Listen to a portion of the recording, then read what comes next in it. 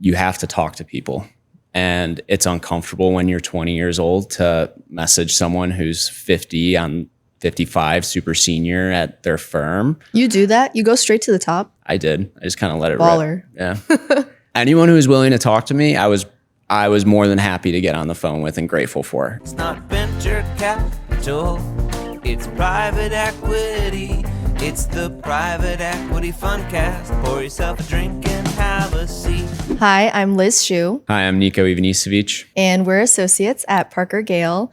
And we both are either recently finished or shortly coming up on our second year anniversaries here at ParkerGale. And one of the most common questions we get as associates from college students is, how did we end up in private equity? So today we thought we would sneak away from our computers for a bit and talk about the steps that we took and the path to how we got into these associate roles. I guess kind of taking a step back and looking at early career college, like, do you want to dive into, I know you went to Chicago, but these guys might not know as well. I can give the 3 minutes on the last 5 years. Yeah. I grew up in Houston, Texas, and I came to Chicago to, be a nerd, basically, and where fun comes to die, notoriously.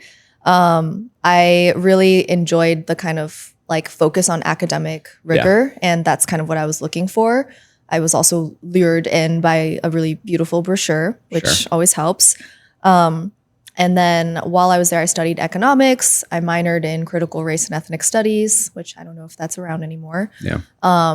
And I interned a few random places my first year, second year, with an alumni from UChicago in Houston who was kind of trying to become back home in Houston or in Chicago? Yeah, in Houston. And then second year summer was COVID. So I think I was supposed to go to Taiwan. Didn't end up doing that because of COVID. Then third year internship, I did this it's called Winning Women program, which is a commercial banking women focused program at JP Morgan in Chicago. And I was in the middle market banking group for that summer, which basically is just relationship banking for small to mid companies, and providing treasury services, regular working lines, and things like that. Mm-hmm. It was a really fun experience, but ultimately I kind of wanted to do more transaction stuff and get in the action. So I ended up internally switching to the leveraged finance team here in Chicago for my full-time offer. So I joined full-time without interning there. So I stepped in totally blind after having Did you have to re-interview at all, or was it pretty? So I basically just did coffee chats with people in the group internally. Yeah. And because that particular group I was in still sat within commercial banking, it didn't require a whole re-interview process. Nice. But if I did want to switch into IB coverage or something like that, I would have had to fully reapply. Yeah. So that's part of the reasoning for why I chose this group, was just to kind of have it be a frictionless process. So I joined full-time and I was there for about 2 years. And then at that point I was kind of coming up for air and looking around at what else was out there, and private equity, private credit, these were all common options and exits. Yeah. So as I did my research, I thought that private equity was one of the more strategic end-to-end, looking at a whole business kind of roles, whereas private credit or leveraged finance are ultimately lenders. So you're focused just on the debt piece. And I liked that private equity was looking at the entire business kind of end to end. I grew up west suburbs of Chicago. My dad was a college wrestler. My mom's a high school math teacher. So sports and academics were always pushed on us. And what math? She teaches juniors and seniors right now, AP stats and pre-calc. Nice. Yeah. So sports and academics were always pushed on us. And my older brother got recruited to play at Princeton, and the mantra was kind of use sports as a way to get you into a school you have no business going to. So he opened the door for me there. I fortunately got recruited to play at Princeton. I studied econ there. We have a lot of athletes here at ParkerGale. Yeah, we sneaky kind of do. Totally. Studied econ there, and through Princeton Football Alumni Network, got some various internships, specifically in growth equity, which was kind of my first intro to finance. I'm this is cool. I like math. Definitely can see myself going down a route like this. And then my junior spring, March 2020, COVID happened. School transitioned online. We got kicked off campus, finished that semester out. And then around like July 15th, going into my senior year, the Ivy League announced they were canceling our football season. And I either had to like decide, do I take a gap year and then re-enroll at Princeton, or stay in school online, graduate, and then transfer to another school as a graduate student, play 1 year. So elsewhere. what does that mean that the Ivy League canceled like your season? Literally said no fall sports are being played this year. And so that meant that you wouldn't be able to be like a student athlete? Like, what does that mean? There's weird Ivy League rules where you couldn't be a graduate student and play a sport at the same time. So I had to unenroll from school to stay as an undergrad. Exactly. Ivy League problems. And then, or stay in school and then transfer to another for my last year of eligibility. Didn't really want to do that, so decided to take a gap year, and then took the gap year and was like, okay, what am I going to do now for 9 months? Like gap year right before senior year. Yeah. Wow. So between junior and senior year. And was very fortunate again to network and talk through Princeton football alumni, and got put in touch with a hedge fund that focused on Japanese markets and financing in Japan, which was an awesome experience. Like Japanese-based companies? Yeah. Okay. Through that year, started networking, kind of realized like, hey, I was going to graduate this spring. Probably should think about what I want to do as a career, and got the ball rolling at William Blair, talking to various bankers. And fortunate to me, they were hiring a bunch outside of their intern class because they were growing, and got an email saying they think I should apply from one of the bankers I talked to, and snuck my way through the interview process and worked on their tech M&A team for just under 2 years, doing sell side deals and kind of sitting on the opposite end of the table. We sit here at ParkerGale, selling the companies that we ultimately kind of look at buying here. And then how'd you ultimately make the switch? Spent time at Blair, focusing on the job, and about November, December of my second year, Caroline here reached out to me on LinkedIn. She worked at William Blair. Her older brother played football at Princeton. Small little connection I didn't make until after the call. That's crazy. Did she know that? She said, I think she did. Okay. I actually never have asked her that. I'm sure she did. But talked to her, and that first phone call kind of turned into an interview, and it felt like the right thing at the right time, and inevitably was. So kind of right timing, and great. Worked out well. That's 3 minutes on 5 years. There's a lot more that totally we can dive into here. And I think that there's a lot of like commonalities and themes that we both can look back on and be like, this was really helpful. Should have done more of this, or I'm really glad I did this. Yeah, I know. I feel like when I first met you, I actually thought that we didn't have that much in common. Yeah. And like, I was like, this is a, athlete dude, like Ivy League, like I was, dance and like nerd, like, I'd like to say I was good at running into people with metal on my head, and that's the reason I got into Princeton. Would not have happened otherwise. So I like to throw that caveat out there. Not true at all. But yeah, like as I've gotten to know you kind of over the past 2 years, like, and as we've talked about the way we think about career, the way we think about work, and like the way we navigate it, like I actually think there's a few common threads that totally are surprising to me. But like first, I think we can start with like the schools we attended. Like, so I went to a public high school in Texas in the suburbs of Houston. And I think there was one person who in the many years above me had gone to UChicago. Yeah. So like I had no like alumni to like really look to. And like, it was kind of like by chance. Like I literally got a brochure in the mail that was like very beautiful. I think they had just done some work on like rebranding or whatever, but they gave us these like gorgeous UChicago brochures. And I was like, I like the aesthetic of that. Let me apply. And I enjoyed the application process because it was like, I think maybe UChicago is notorious for their like uncommon essay. Which is like, I think every year there's 3 new prompts, but also you can go into the archives and pull down like old prompts from prior years that go all the way back to like, the 1900s. Sure. Usually people get like daunted by like that essay and they kind of like self-select out.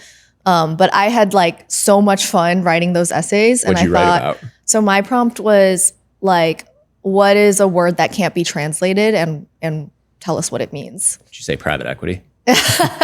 No, that would have been a good answer. I ended up saying my Chinese name. Okay. And I kind of broke down each of the 3 words, each of the 3 characters and like what each of them means or don't mean individually and how they come together and like create my name. But anyways, a little bit of a cop out, not a real word, but I had so much fun like writing it and being creative with like the structure and like all this stuff. So I think it's actually a really good like weed in process of like if you enjoy writing that kind of essay, you'll probably have fun while you're at UChicago. So anyways, like it was a little bit of like an unorthodox route. A lot of my friends went to UT Austin, et cetera. And again, I had like literally nobody to ask. So it felt very much like I was kind of figuring it out on my own. But once I got there, I was like, oh my God, I am in so deep over my head. Totally. And like the academic rigor was like way more than I was prepared to handle. I like enjoyed writing the like fun essay, but like when it came to actual papers, I was where you had to read for it. And, I do not know what I'm doing. Like I don't know how to do this.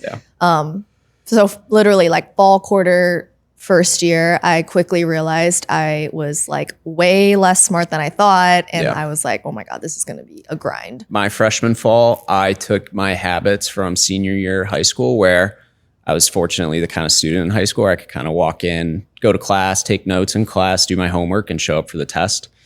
And I did that my freshman fall and it didn't go as well. Same. But I think there's that's a good struggle to go through. And like, I think the point we're ultimately trying to get at is like surrounding yourself with smarter people. Like it's good to not be the smartest person in the room. Yeah. And coming from, my mom's a high school math teacher, like education was always pushed on us.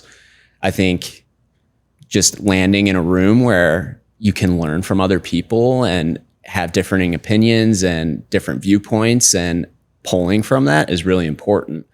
And it's totally okay to not be the 101 setting the curve on the test. Like it's okay to it's also just like where the bar is. Like if you constantly feel like you're the smartest person in the room, you're probably in the wrong room. Like you should be, pushing that boundary and like pushing yourself to be inspired by the people that you're around. And this is like no shade to like where we come from, but it's just like, I think the focus was different. Like it wasn't like UChicago is known for being like a school of nerds, right? So like, and that was an area that I was interested in developing. And so at the time it made sense to like dive in and focus on that.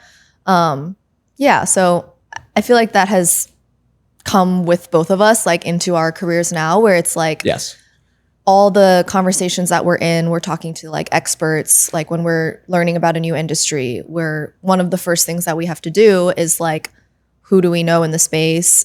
Which experts should we like get to help us like get smart on this really fast? So we're never the most like well-versed in any of the subjects that we're like investing in or like learning about. Looking back at it in college, it made me learn from the people around me, and that carries into our career today because you and I are 99% of the time the youngest person in the room.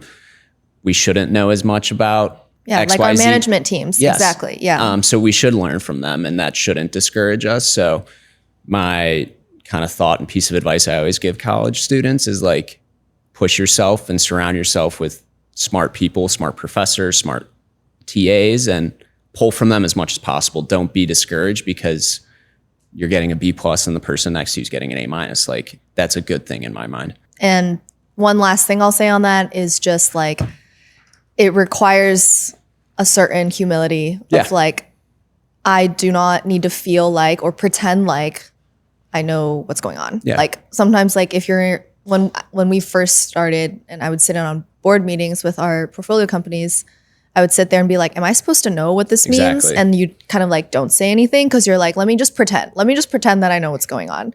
But like no one expects you to know what's going on. So if you don't ask the questions, you'll slow down the rate at which you pick up that information versus just being like, I'm new, I don't know what's going on, but like, I would like to learn and like ask questions. Yeah, exactly. So I think the two takeaways from this is surround yourself with smarter people and ask questions, because if you don't know it, chances are someone else in the room's thinking the exact same thing. And I always feel the inertia to ask the questions. And now I'm kind of at the point where it's beneficial for me to ask them. So just do it. Yeah. I think the second thing that stood out to me was that both of us were very proactive about reaching out to like people to like help us out. When we felt stuck and we didn't know what was going on, we reached out and we're like, okay, you guys are in a step ahead of me. Like you guys are where I kind of want to be, or maybe I want to be. And like, how do I get there? A phrase an alumni told me when I was going through college recruiting and trying to figure out my first job is the more people you talk to is the more people you talk to. And it makes a lot of sense if you don't think about it. Say that again slowly. The more people you talk to is the more people you talk to.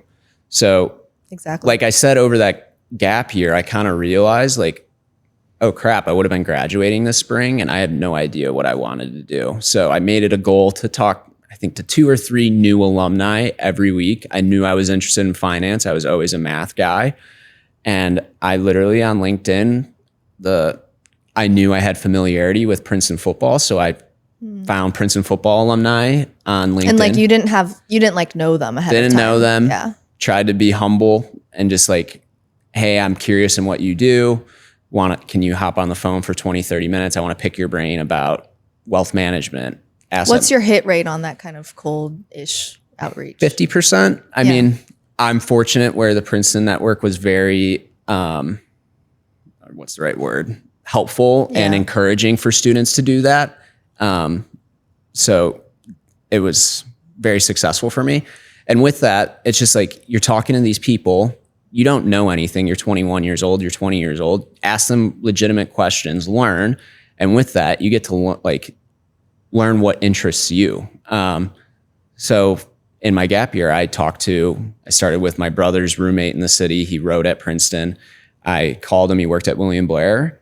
And it interests me because I was like, okay, this can be a great career for me because it's really busy. It's really mentally stimulating. And if I love it, great. If not, I can learn a ton and go do other things afterwards. I kind of viewed it as like getting paid to learn and then getting paid as a job. Like, is that kind of how the person framed it to you, or was that something that you thought about after you spoke with them? I think that's a commonality in investment banking. A lot of people take it because they don't know what they want to do right away out of school, and it's a great place to start. I didn't have any finance classes at Princeton. We're a liberal arts school, so it was a really good intro, and I got to, like I said, surrounded myself with smarter people and got to learn from them. So that's kind of, I guess, similar to you. I wasn't in that many like finance or business related clubs at school or anything like that. I was like in and around those people just because of like who I was friends with, but I wasn't like super plugged in. Like I spent all my time like at the dance studio basically. Even despite that, like not having the built-in, like let's say football alumni network or whatever, like just having the, I don't know, being proactive and finding people that you're like, there's like one thing that I really am like latching onto. Like, I like that you did this, or like we have this one thing in common. Yeah. Establishing a common ground between people. It makes it a lot easier to talk to them, and they're more receptive to helping when there's familiarity. Yeah. I think like that's something that helps you when you are just like getting on a cold call with somebody. Just like quickly establish why I should be interested in like talking to you, or like how can I help you? Like what is one specific question that you have? I think that's something that is maybe a pitfall where like if you come onto the call and you're just like, so tell me about things. It's like, do you have like one specific thing you need help with, and like how can I specifically be useful to you in this call? And like it makes for a more productive conversation. Talk to people and ask legitimate questions that you're interested in learning more about. Don't just fill it with fluff. Totally. And I guess when getting on those calls, kind of moves to our next point.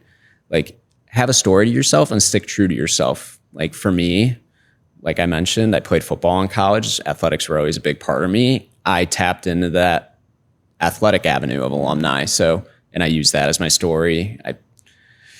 Like I said, I wouldn't have got into Princeton without football. So I leveraged that, and just having a narrative about who you are and what your interests are. I love fishing. I spend time outdoors, like stuff to, like we said, people can attach to a common ground. Yeah. Not just being all resume, XYZ internship, ABC internship, this stewardship. It's a little bit of like the art of small talk. Like Yes. it can feel like small talk, and like it can feel a little bit awkward if you're just like randomly like, here's some things that I like, but like we need that to like you need something to latch onto a little bit. Yeah. And I always tell college students too, like, have your story and be proud of your story. Like, you're allowed to say I and me in this situation. Like, you worked really hard. You worked really hard to go to U Chicago. You did your dance program all 4 years. You were director your senior year, like you were just saying. Like, that's something really hard and you should be proud of and lean into it. And people find that stuff cool. So have like interests and personality outside of just the scope of the job, if that makes sense. Yeah. I always felt like my resume was a little bit understacked with like the business stuff. I was like, looking back, I'm like, I probably could have done a little more in terms of like, you know, going after more clubs or internships or things like that. There's probably a little bit of psychoanalyzing to do on like why I didn't. Like there's maybe a little bit of just like self-doubt or like I don't belong there. Like we can get into that another time. But I think like having those things is great, and like showing that like demonstrated interest in finance or private equity or whatever, but also like know that nobody is expecting you to like have done a whole job already. No. Like it's an unrealistic like thing to even try to present that way, where it's like, we know what you did in a 3-week internship. Like there's no pretending, and like it's fine. Like what we're more curious about is like, what did you learn, and like what did you find interesting about it, and like why are you still here, and like what do you want more of, versus like I redid like the entire templates like for the firm. I'm like, I know you didn't do that. Yeah. But so there's like,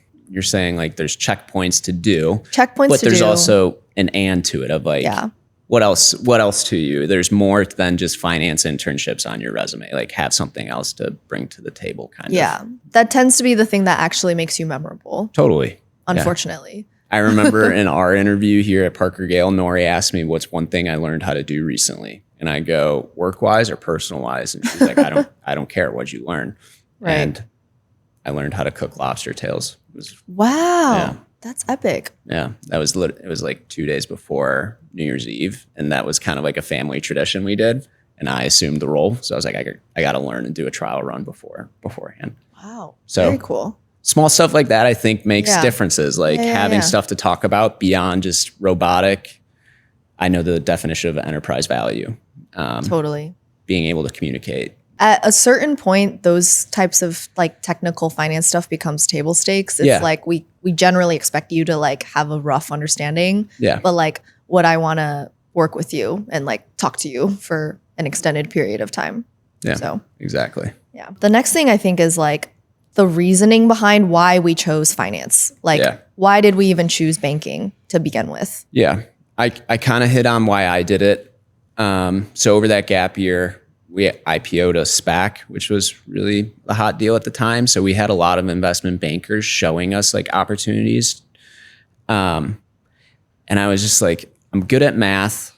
I don't know what I want to do. This could be something that I like to do or that I can learn a lot from. And it kind of turned out to be that second one. Like I said earlier, I learned a ton in a really short amount of time. 2 years relatively is not that long. I got to work with great people. Yeah. It helps that you knew you wanted to do something math related. Yes, totally. So like having at least like one thing that you're like, I'm good at this, I like this. Yeah. And then picking based on that. Yeah. I think like finding a skill set that you're good at and then going from there helps align a career. Like, yeah, literally before I came to Chicago, I was like, I hate math. I'm never going to Really? do math again. And then little did I know, the entire econ major at Chicago is just straight up math. Problem sets. It's just math. Yeah. And like 4 years later, I'm like, I've been conned. Yeah. I conned myself into doing 4 years of math. Exactly. Like, no wonder I didn't do that well. Yeah. So, I mean, I chose the career path where it was, or the initial job, not career path. I'm still 4 years out of graduation or whatever. The initial job that I could do forever if I really loved it, or I can learn a ton and pivot into something else. And the private equity job here at ParkerGale seemed like a great opportunity to continue learning and work with great people. And like we said earlier, work with people who are all smarter than me. And just pick brains and continuing down this path. I don't know if you have more or less to add there. Yeah, I think like for me, finance was always something that like I didn't think that much about. It felt almost like a neutral option where it's like, you're not actually like, it's transferable across like any industry and like any vertical. Yeah. And it's more of like a function than anything else. And I don't know, I felt like it was a very like safe, if you will, choice that has like a lot of optionality. Especially like investing. Like the world of investing is just so broad. Like you could do family office, you could do LP, you could do growth, you could do VC, like you could do corporate finance. Like there's truly just like a lot of options. And for somebody who's like as indecisive as I am, like that was a great like feature of the job. So I feel like I was almost optimizing for like specific features of like, I want to be able to like have this like skill or like have this transferable like experience versus like actually picking, like intentionally picking banking, if you will. I was like, this will set me up well for if I want to try something else in the future. Totally. Which I think is a fair path of reasoning for like a first job. I think a lot of people tell you like your first job doesn't really matter. Like it's the place where you learn how to be a professional. It's like you learn how to work with other people. Yeah. You learn what you're interested in. Like I always laugh like in my head when a sophomore in college is like, I've always wanted to be an investment banker. I'm like, or like I've always wanted to be in private equity. Yeah. I can understand the appeal of it, and obviously I did it. But saying you wanted to be a lifelong banker at the age of 20, like I don't know if that's realistic and truthful, if that makes sense. I think totally fair to optimize for certain outcomes and like to optimize for certain features. And as you go through that experience, I think you'll learn increasingly what you like and don't like within that. And that will help shape kind of your next decision. Totally. Yeah. Totally. So the next thing, second to last now, is when we both joined our first jobs in banking, we both ended up going off-cycle recruiting for this particular role. Yeah. What was your reasoning like for that? I remember opening my William Blair laptop and logging into my email, and I already had emails from headhunters for interviewing for private equity associate jobs that were going to start. I started at William Blair July of 2022. And these jobs were for August 2026. And I was kind of, and I was kind of like, they want me to interview this week for a job in 2 years. Like that doesn't seem right for me. Like, how do they know I'll be good at this?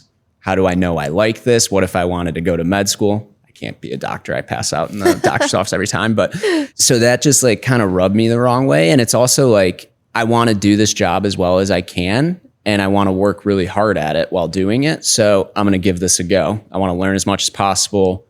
I want to get my feet wet here and hit the ground running and just really focus on what I'm doing and be as good as I can at this current role. So I took the unorthodox path. Like you just ignored those emails basically? Yeah, I clicked archive or delete. And just focused on what I wanted to do. And then that moment it was be an analyst at William Blair. Did your peers like talk about this? And it was always like under the table talking about because people are coy about it. And then of course the one kid gets the offer to go to blue chip XYZ firm and it spreads like wildfire. Yeah. So I kind of stayed away from the on-cycle. And I actually recommend this to analysts now in banking. They're always like, well, what if I miss the opportunity? I'm like, the right thing will always come up for you at the right time, in my opinion. You just have to stay open to it and think about what's best for you. I knew when I was 22 at the time, that wasn't going to work out best for me recruiting for a job 2 years down the road. So stayed focused on my job, worked really hard at it, made really good connections with people, learned a lot. And by the time Caroline messaged me in December or November of my second year at William Blair, I was like, this sounds like the right thing for me, as opposed to like forcing myself into a job for 2 years down the road. I don't know, is that similar to you, different? I think we're a little bit less of a target group than like sell-side banking. Yeah. So definitely wasn't hit with all those like first day emails in the same way. But like I was also the last of my class of 6 people standing like in my group. Like there were 6 of us to start, and then like rapidly just like the attrition of like going to other jobs. I mean, the class above me, one guy quit to be a DJ, which is like he's doing really well. It's kind of sweet. You know who you are. Shout out. Yeah. But yeah, like I was the last person in my class to like not have taken another job yet. And that feeling is kind of like a little bit eerie where you're like, okay, I'm the only one left here. Like, what am I doing? Maybe you are going to be a lifer. Maybe I'm a lifer, you know? I think similar to you, I was just like, how do I know that I don't like something unless I've given it like its full shot and done the whole range of like the different things that come with the scope. Like in LeftFin, I was like, we do a bunch of different debt products. Like I want to have been able to say that I've worked on each of these types of products, like just to say I've run the whole gamut, right? Yeah. And kind of at that point, I was like, okay, now I feel like I've gotten a little taste of everything, and I like see kind of what the future could potentially look like.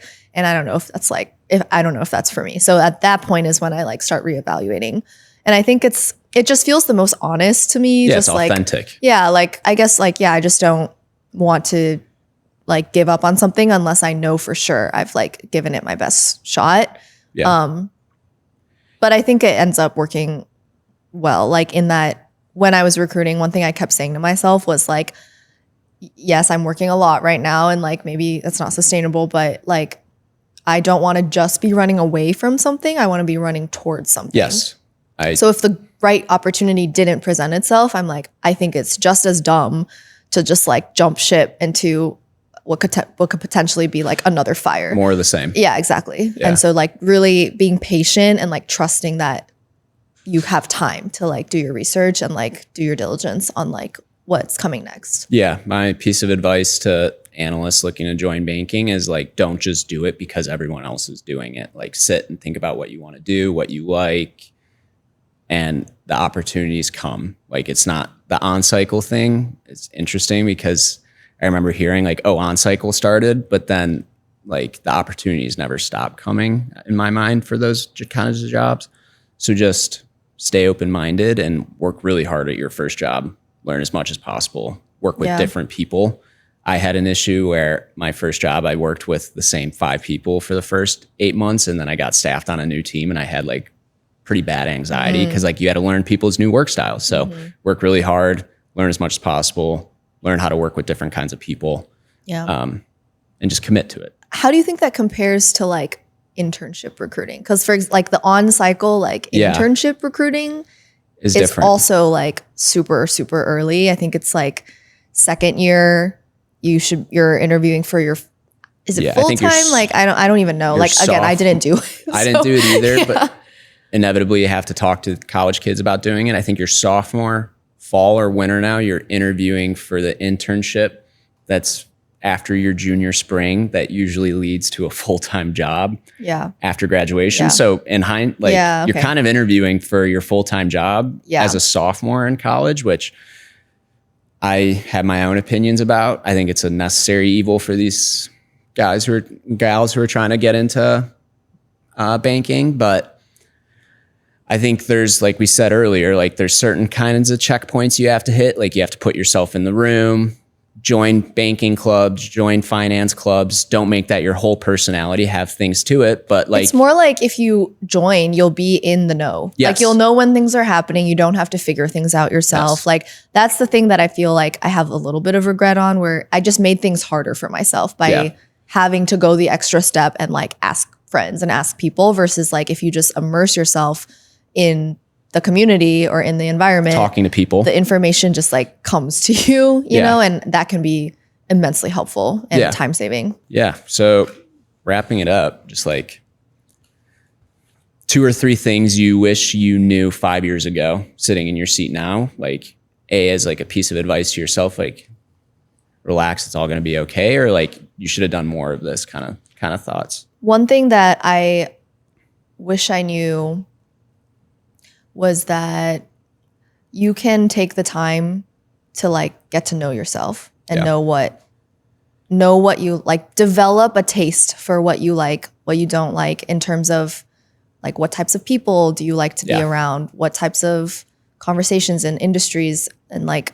what stuff excites you, what stuff is boring to you, and like what do you not like doing in terms of like tasks and like, you know, I think like it's worthwhile to spend the time making those mental lists, whether it's through like your classes or your clubs or required stuff that you have to do. But like through all of those experiences, like keep that running checklist of like pros, cons of like things that I like, things that I don't like. And that kind of becomes your compass for like where you're going to look next. Mm-hmm. And even now, like at the end of an associate program in private equity, like people keep asking us also, what's next? Like in recent coffee chats I've been getting, everyone's like, so what's next? Like your associate program's over. Like what's next? How are you going to figure out what's next? And I'm like, I think it's the same principles of like, what do I like about this job?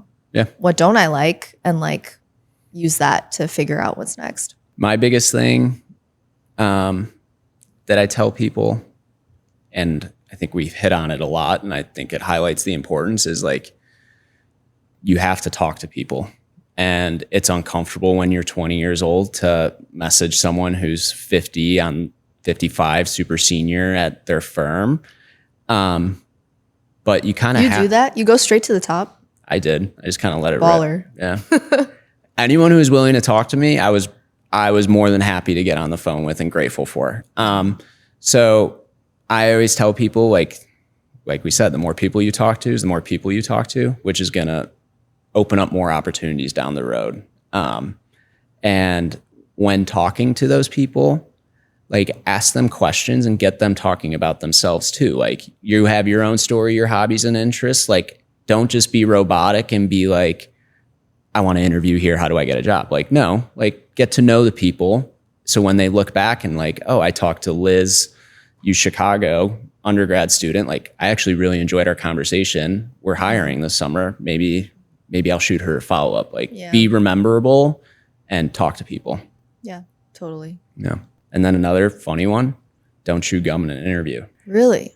You chewed gum in an interview? I was a junior in college. Come on, dude. Super day at a bank, was running late and had a piece of gum in the taxi and forgot about it.